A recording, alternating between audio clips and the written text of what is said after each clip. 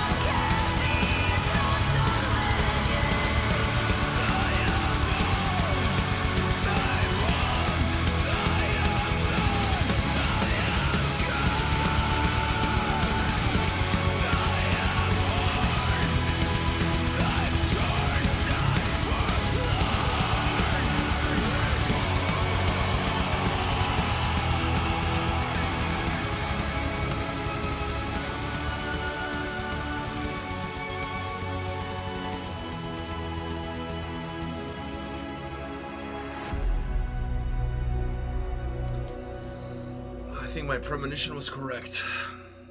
I must say.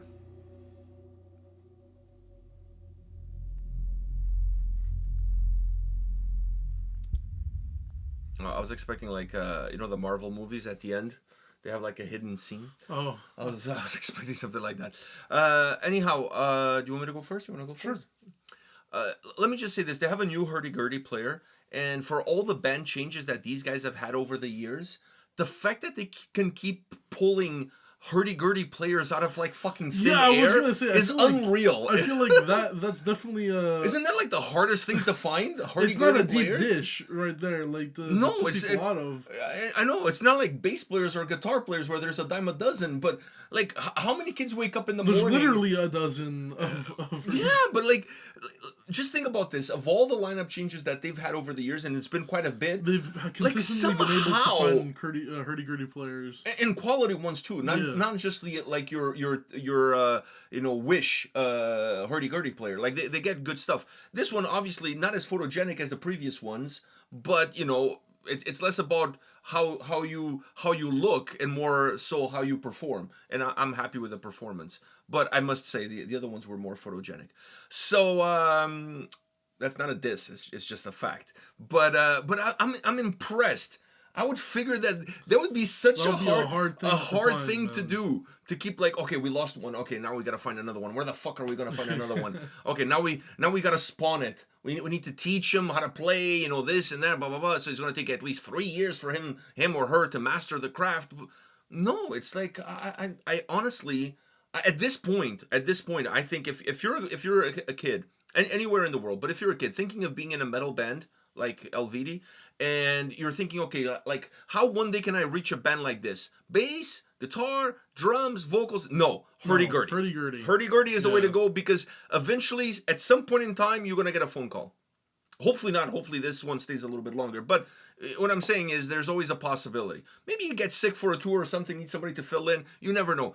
I just think that if you're a hurdy-gurdy player, you're going to be in a lot more high demand if you are anything else. Just saying. Look at me. I'm a triangle player. I barely ever get a call. Yeah. I performed one show this summer. That was it. One song. Hey, that's one more than most people, though. That is true.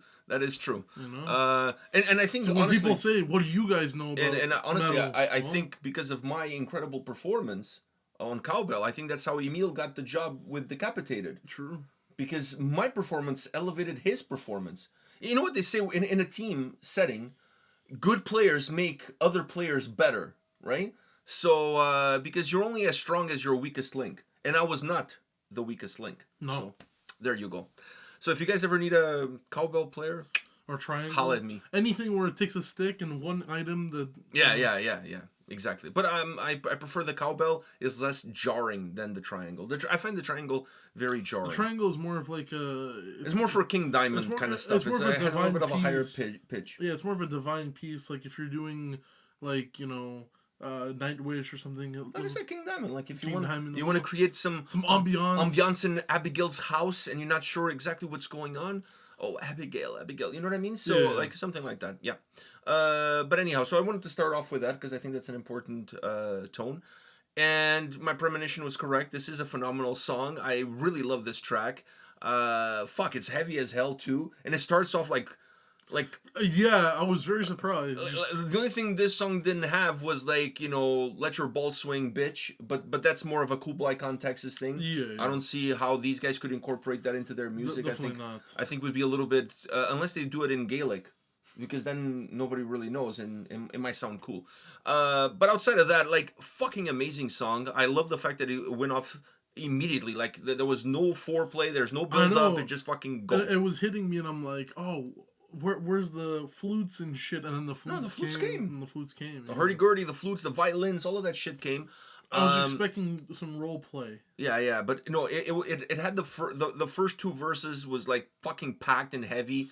I love the fact that then the clean vocals come in and they kind of like bring in a little bit more of a sense of hope, like there's a sense of hopefulness to the song. I was looking for the right word.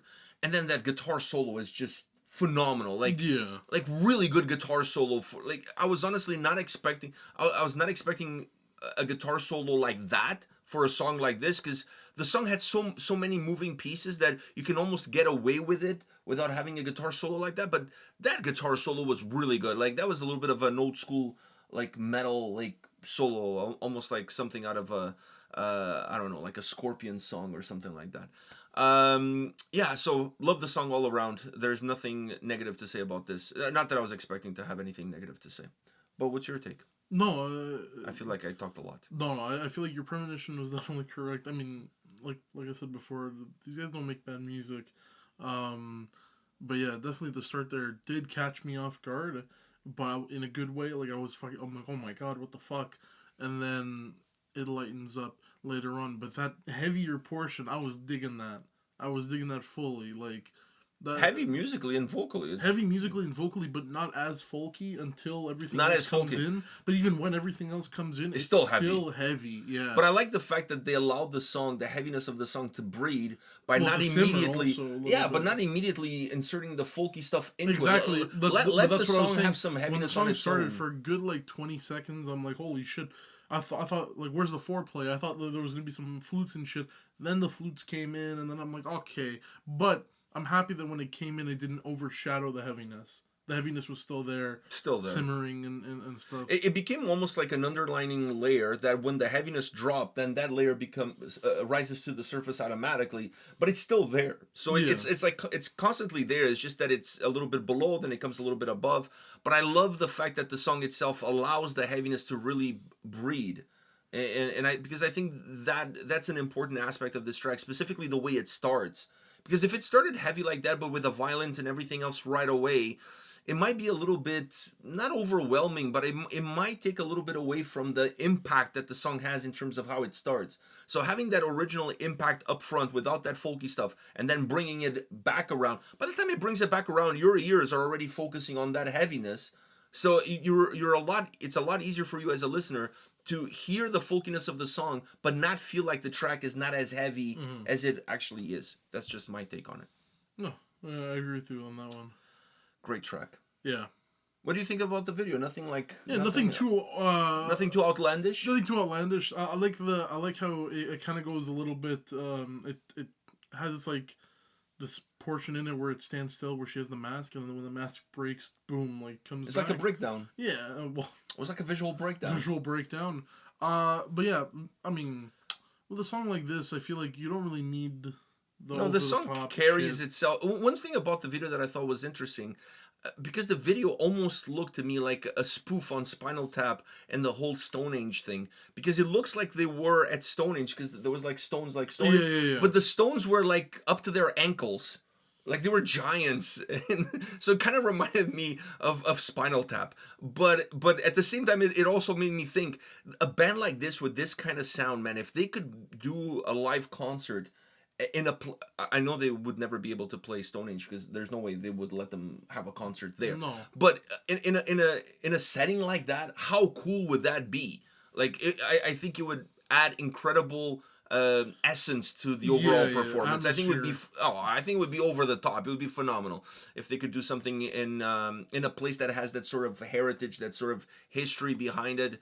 I don't know, in the Highlands or something. I don't know, somewhere in. Somewhere where there's Uppsala. Uppsala. Where there's green. They can do it in Uppsala. In the Stoop. Besides the Stoop. Uh-huh. You don't want to do too close to the Stoop, because you don't want anybody making the plunge. But it's honorable. But yeah, definitely honorable. So anyhow, I fucking loved it. Everything about this song was great. Yeah. I think honestly though, when it comes to these guys, I always enjoy the folky stuff a lot, but in this song, the heaviness is. That's my thing for this song is the heaviness. The last couple of singles that they've done, they've all been very heavy. Yeah, so it's not like it's not like this is kind of like, wow, it's shocking how heavy. No. But the last couple of tracks have been this heavy too. I'm liking that. I'm liking that because it's not going over. It's not going overly folky, but it's not forgetting the folkiness. Is what I'm saying. It's still able to be heavy, and then when the heaviness kind of dies down, it's still there, but.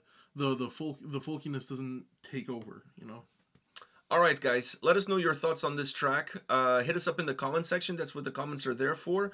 And we'll see you all at the next one. See ya.